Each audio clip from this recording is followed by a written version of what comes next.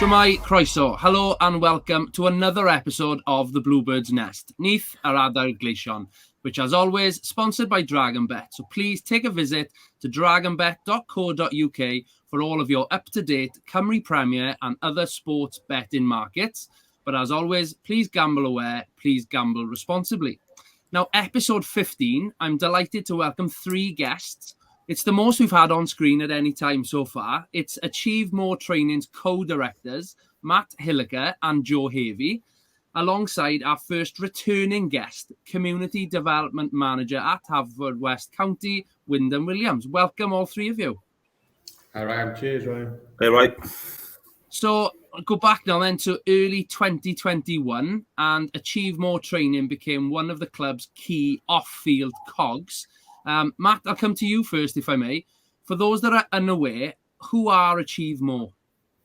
Yeah, thanks, Ryan. So Achieve More Training, we're a training provider based in Wales. Started in North Wales, but we're now based across the whole of North Wales, 6 local authorities, and also in Pembrokeshire and South West of Wales as well. Our USP is that we work in sport, leisure and education sectors. So we're specialists in those areas, and we've got staff who have over 30 years experience in those sectors that want to pass on their knowledge and skills to the next generation. So our flagship program is an apprenticeship scheme, but we also do work-based learning, CPD, for current staff working in those areas as well. So our staff pass on their skills, knowledge and behaviours to people either starting their career off in sport, leisure, education, or people that want to take the next steps and progress in their career as well. Yep, excellent. And going back to that, how did, you mentioned you were up in North Wales. How did that partnership with Haverfordwest County, you couldn't get much further away in Wales. How did that come about then, Joe? Well, we just like driving as far as possible, really. It's actually, we do get a lot of work done on that drive down, come down to Pembrokeshire. We do enjoy it. But we're making an impact in North Wales, and obviously that was our initial goal. Then decided that we did have the ambition to take that and sort of go to other areas of Wales. So it was one of our board of directors members, Leslie Thomas, who put us in touch with Pembrokeshire College. She'd worked with them strategically on a national level before and recommended them to us and us to them. So she kind of match made, did a little Cilla Black bit. And so we had a meeting. So we sort of spoke to Dave initially and Barry as well, Bernie from the consortium. And I think they understood what we were trying to do had a lot of value. So the fact we were trying to get into the local schools, create new job vacancies that didn't exist before, and not just new job vacancies, but new job vacancies that are having such a big impact on young people's lives, because improving the physical education and school sport, and then being able to develop them with sort of what Wyndham's role is and take that further into the community is a key, isn't it? You get that right, and that's healthy patterns for lives, so we're super passionate about that, and the college supporting us with that was the first step, because we needed to put the funding in place. Once we had the funding in place, we needed a partner to help us roll it out, so that's where Matt came in. So we'll let him talk about that. Thanks, Joe. So once Joe did his magic and got the funding secured really with the local college, it was through my network of the clubs throughout Wales really, and I'd previously met Wyndham. We'd both been tutors for Sport Wales and worked for some national governing bodies as well. But it was Kelly Davis, one of my, somebody that I was in primary school with, who was the CEO of a company called Viability. So Viability had worked with Haverfordwest previously, and they'd also worked with a club in North Wales called in Conway. We're based in Holywell in North Wales, but we've also worked with Conway Football Club. So through Kelly, just mentioned that, look, we're looking to branch out to South West Wales. Has she got any contacts? She straight away mentioned Wyndham to us, and I previously knew Wyndham through the tutoring as well. So we had a video call with Wyndham, and also we introduced us to Rob, who was the new chairman at the time of the club. And straight away, as soon as they told us their vision as a club, and we explained our values as a company, it was just a match made really in terms of our outcomes, and using all the product that we've got and the vision that the club had to have a really meaningful impact on the community. And I think in a short period of time, we've managed to do that. So so that I linked it in with the club, and then I'll let Joe talk about our product really. Yeah, so guess 18 months has flown by, hasn't it, Wyndham? But lots has happened. So we work with the majority of the schools now, sort of especially around Haverfordwest area, primaries and high schools. But the biggest thing, is creating that PE in school sport pathway.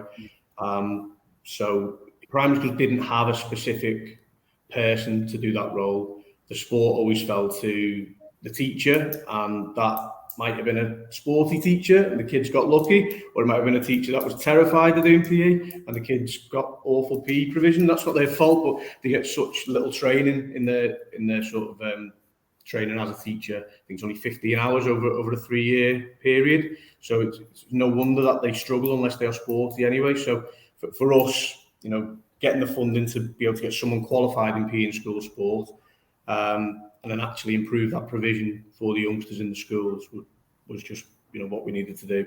And over the last 18 months, and Wyndham will know the numbers better than me specifically, but there's been some real success stories. Like I say, primary schools, high schools, and even one with the pupil referral unit with some of the pupils who've got some of the biggest barriers, and it's having a big impact in all of those settings.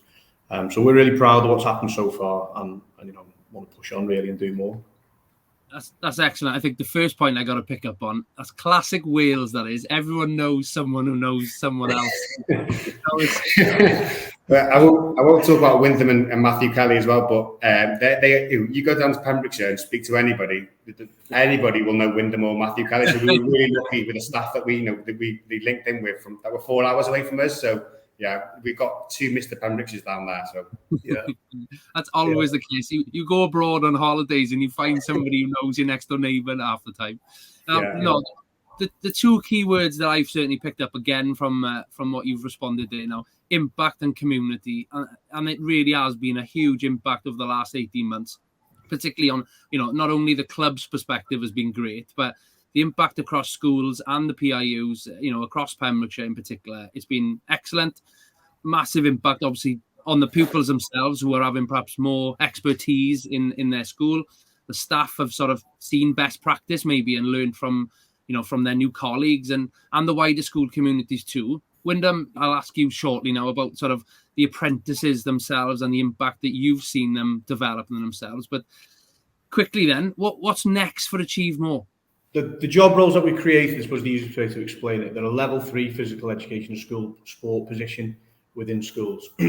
So at that level, someone is the main facilitator, the main doer, so delivering most of the PE provision, after school activity, lunchtime activity, working with the leaders, the pupils who are trained to be leaders, that sort of business. Our vision is to develop a pathway at level 4 and at level 5 so that the person can actually eventually manage all of those schemes, whether that's having to link some schools together, particularly in the sort of smaller, more rural communities, or each individual school even being able to support someone doing that role. As I said before, I think this is best fit coming away from being something a teacher has to do and being a specialist, position in a school. I mean, it's no surprise that they've got PE teachers in high schools. We should have the same sort of quality expert provision in primaries. So yeah, that's happening now, and it's not just a pipe dream. We're currently reviewing apprenticeship frameworks with Skills Active and Qualifications Wales, some other key stakeholders as well, and yet developing those frameworks so that there is a genuine career pathway for people to have those job roles in the future.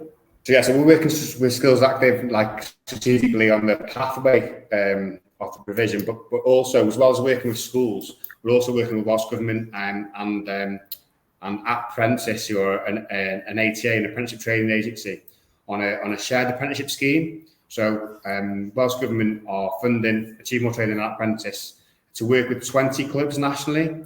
So these 20 clubs nationally will be looking to recruit an apprentice, increase their provision in the community. So that's working with target groups, using sport as a tool. So dementia groups, young carers, women and girls with sport disabilities, and so many different areas that sport or football can have an impact in the community.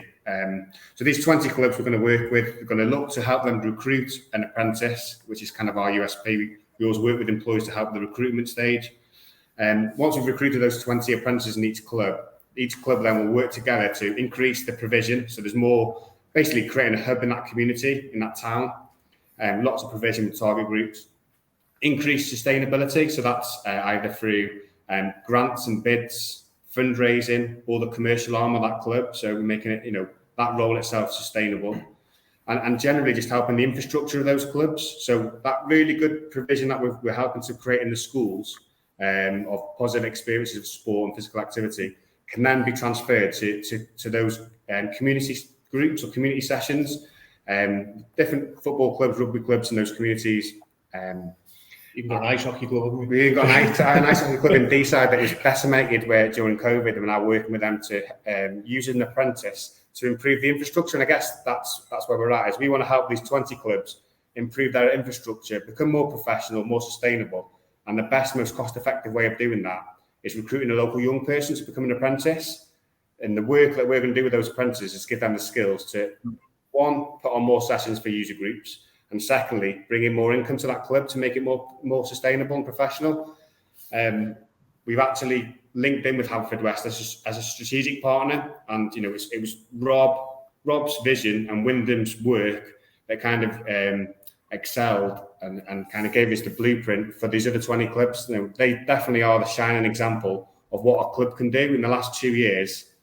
Looking at this, the 6-part documentary that yourself and Wyndham worked on, Ryan, it really does explain and show how the club came from 2 years ago, being promoted, to not having a member of a paid member of staff, to having Wyndham in his role now. The amount of impact it's having in the community, and how Wyndham has brought in 6 figures into the club and made himself a sustainable role, which is having a big impact on that community. There's the one video which I think we've shown it to the Director of Education when we had that visit at the football club. I think it was the other visit from the Minister as well, wasn't it? So, and that one video just resonates with me so much, that you see all the different user groups and the way that's been done by Wyndham, really. And it just makes you realise that the football clubs, not just football clubs, the sports clubs are the anchors in the community, aren't they? Yeah. And for us, it's the best vehicle of getting that provision out of schools and out into the community, where people are making them life choices to stay doing sport and be active and healthy. So, yeah, value that partnership massively. So the shared apprenticeship scheme is something that we kind of lobbied Welsh Government for. Done some really good work over the last couple of years in schools, and we feel like the next step is to help clubs become more sustainable and offer some really high quality provision in the community for like Joe said, the kids to kind of make that lifestyle choice to participate in sport in the community. So we're currently working with national governing bodies. So we've had meetings with the FAW, the WRU, Sport Wales Sports Association, and we're currently getting that information out to a lot of clubs now. So some clubs might hear this for the first time for this podcast. So if you are interested and you want to get involved, please do send in your emails, and I'm sure follow us on our social media channels, which I'm sure you'll show in a bit, right? Definitely, yeah. I'll pose that question to you shortly, but he's been waiting in the wings. I want to pick his brains now, I suppose. I'm sure he's got lots of success stories to share, but obviously the gents have highlighted Wyndham. You've been an integral part of this over the last 18 months. Obviously now Matthew Kelly fronting up the project, in Pembrokeshire. But I suppose since the partnership launched, how have you found it all? And for me, anyway, I'm assuming these apprentices must have been coming fresh-faced, should we say, coming in new to sort of the working life, I suppose, to where some of them are now. That must have been, great to sit back and watch. Yeah, no, totally. And before I start, Matthew Kelly knows definitely more people than me, and he's a guy in Pembrokeshire and beyond.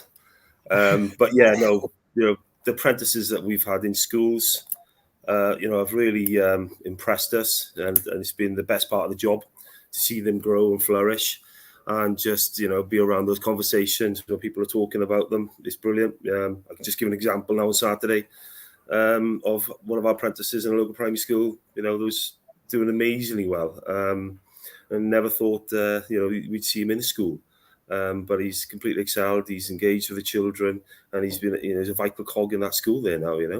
On Saturday, our club calf, one of the girls in the kitchen said, "Oh, Wyndham, I've just passed my fitness instructor qualification. I'm over the moon," she said.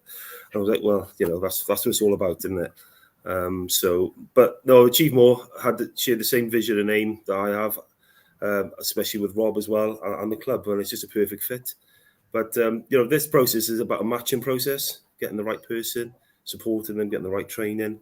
And I was extremely lucky to work with an ex-colleague of mine, Matthew Kelly, a very experienced primary school teacher that could shape and mould and support these apprentices in those roles. He's been a pleasure to work with, and he's one of the reasons that it's been a success, and we've had the apprentices achieve what they've set out to achieve, basically. And it's all about investing in people and investing in the right people, that's really worked. And investing in the schools. The schools have been brilliant. There's a bit of a kind of a stigma with apprenticeships, how they can be hard work and things like that. But with the right support, the right organisation, the right model, which Achieve More have, it certainly works. And we have people out there now doing a job that they love, and more importantly, they got that skill set that they didn't think they had. They thought they ought to be really academic to work in a school, but no, it's about someone who wants to get their hands dirty and get stuck in, build rapport with the children and staff, and work as a team, and really embed yourself in that school. And that's what I loved about the job is identifying those individuals and people through the interview process with the schools to see who had that personality and character to work in that role. And Ryan, you're a ex-teacher yourself. You know what it takes to work in a school. It's not just academics; it's just a lot more. Those people skills are huge, and that's everything what we do here. We invest in people and players.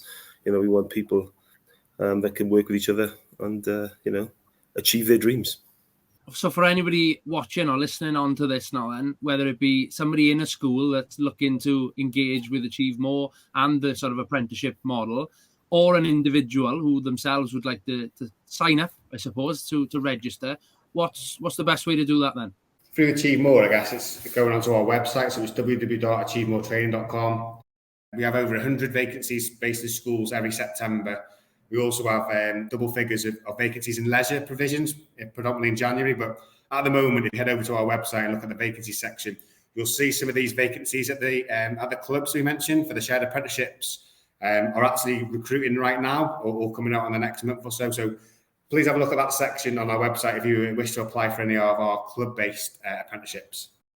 So through our social medias, so we're on Facebook, Twitter, Instagram, TikTok, and Snapchat now. So I had to write all them down to make sure I cover them all. But yeah, we're on pretty much every social media channel going, the website, and obviously, emails, info@achievemoretraining.com, or just the office phone numbers, 01745 797 797.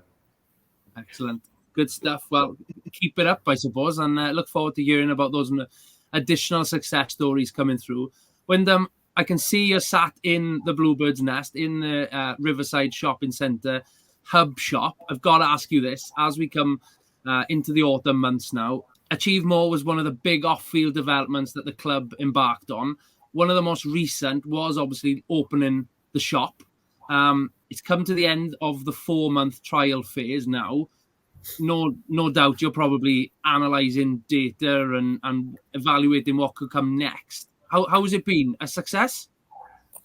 Yeah, first of all, it's a sad day because this is the last day and we're in the middle of taking down stuff here now, me and Tom. But it has been a big success in many ways, really.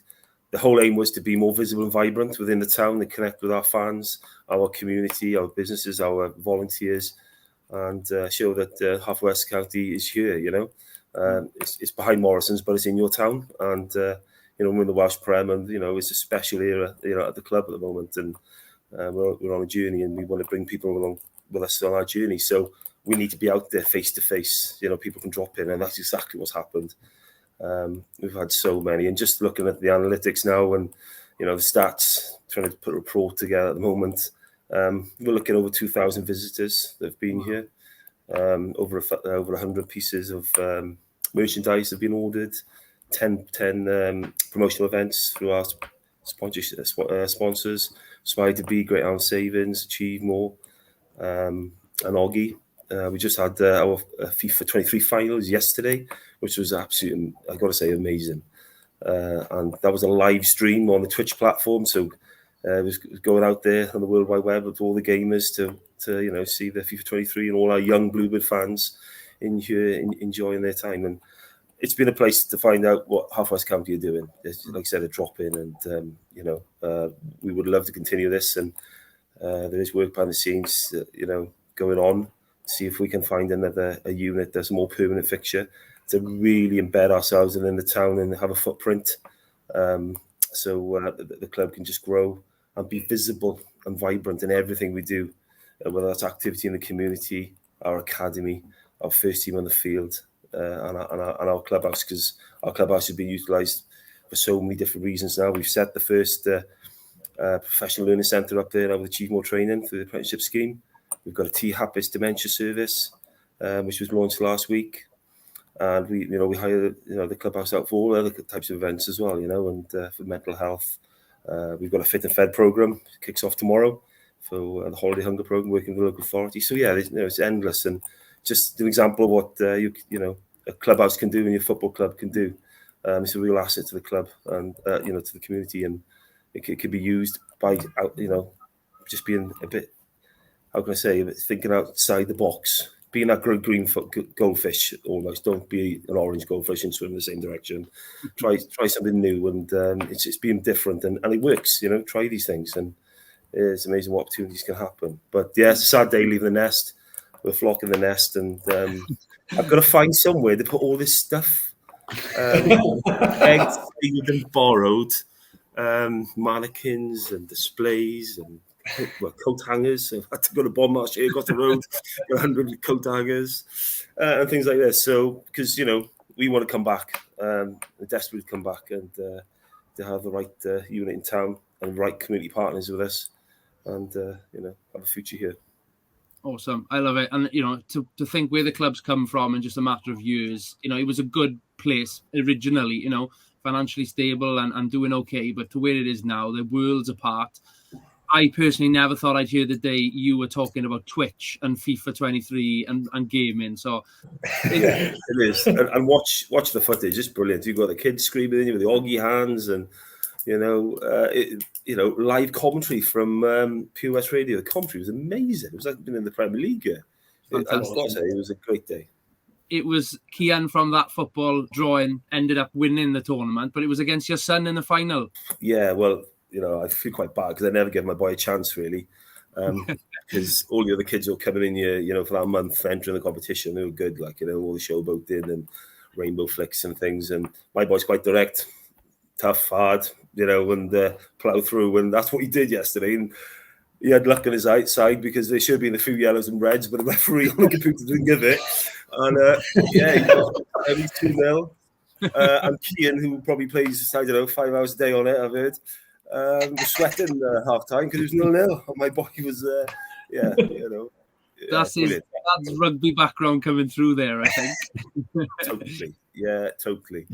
But yeah, no, everyone had great fun, and it's not about the winning, it's about taking part, Yeah. Excellent. And, I think it's been great to open the doors, I suppose, to allow people to come in. The amount of times I've been in there and just, members of the public coming in, taking a look around, looking at the merchandise, obviously, sitting on the beanbags and having a couple of games of FIFA and meeting their friends there. It's what the community, the hub shop was all about, I suppose. But your attention, or some of your time at least now, is turning towards the Leeds Legends event, I'm assuming?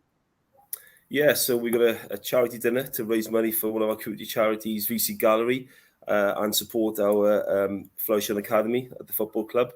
So that's in December the 3rd, and we've got Eddie Gray and Paul Reaney and Glenn Leatherhand coming down, the legends, to give us a fun-filled packed night of laughter and joy and a few drinks up at the pavilion at Withybush. So really looking forward to that. It's a lot of work. I've just been at a company this morning, warehouse, pricing up crockery and cutlery and what's needed for a dinner. So yeah, mad world at the moment I'm in. But it's promised to be a really good night, and we've got a lot of sponsors involved and donating prizes. for the auction to raise money for these two vital causes. Because our academy works so hard. The coaches travel all around Wales, giving these children the best opportunity to play at the top level, get the best coaching, play the best facilities for them to be future Bluebirds and achieve their dreams in football. And they really do work hard. But we do need more investment into our academy and our facilities. I see these coaches bringing down the goals down to our bottom training fields every single session. And that's, we haven't got an AstroTurf pitch at the moment. We desperately need, because we want to grow the girls' game as well. Girls' football is a big priority for us, but we just don't have the facilities at the moment to expand and just cope with what we've got, So, definitely to, invest in the academy. And then VC Gary, who do amazing work in the community with people with mental health and veterans, are using art to, basically support those people. And it's worked brilliantly in the football club. And, I strongly recommend anyone, especially locally here, to go to a VC gallery and have a look what they do. It's incredible. I'm assuming there's a couple of tickets still left over. How can anybody listening to this, how can they purchase those tickets with them? So there's information on our website or social media. We're dripping content weekly on the dinner, basically, and all the details are there. You can come and pick up tickets from me at the football club after I've left the Nest. We've had a few picked up since we've been here, but you can just give us a call or an email, and we can arrange a pickup then and give you further details about the dinner. But it's all on social media. Tom Pritchard, who's our media and marketing officer, he's fantastic. The stuff he puts up there is incredible, and there's so much information out there, and it's promised to be a good night. There's also the matter of Wales' first World Cup in 64 years, just a few days away as well now then. There was no way we could have an episode going out in November that didn't discuss the World Cup. So, Joe, I'm going to come to you first. Your first memory of the World Cup?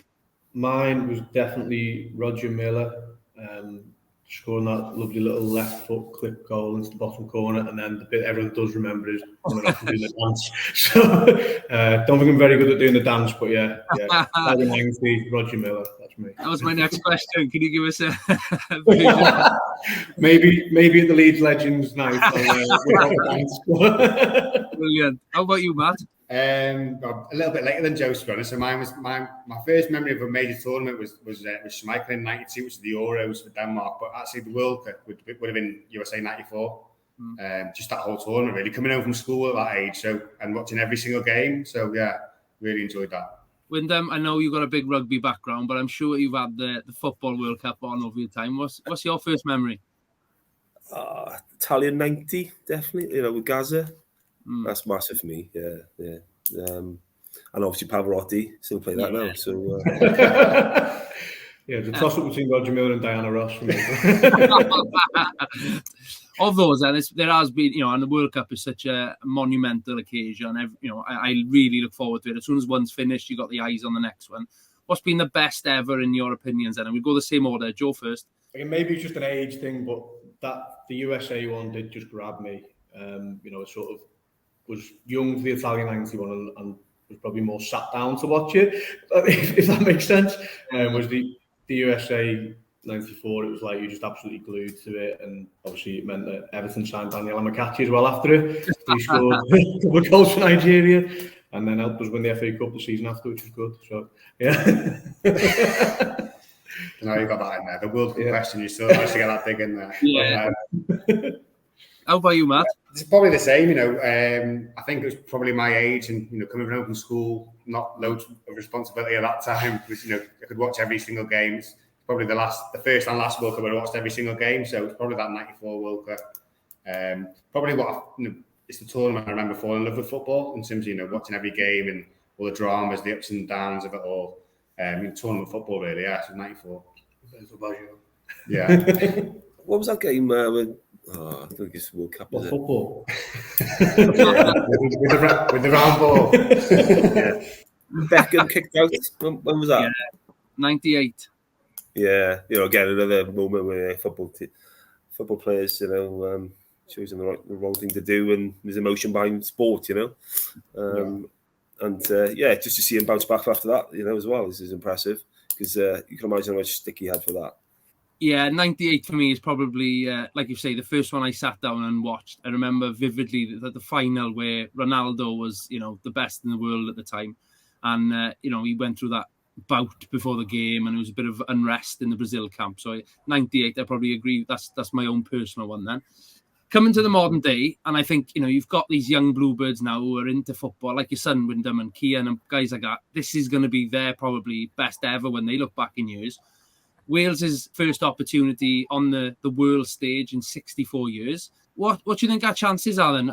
Going into this now, any sort of expectations? Yeah, it's hard, isn't it? Because, you kind of, like say, 64 years, it's challenging, isn't it, to go in there, and you've got countries who are there all the time and they're always in that. But I think, trying to build and just maintain that level of consistency, the levels that Wales has found more recently, if you get that last 8 and kind of then move on again. And if you want to be that country, don't you, that like is always thereabouts. You look at other small nations like Uruguay with similar population, probably they seem to have found a way of cementing themselves in that group of countries that you go, they're going to be hard to play against. They've always got some top quality players.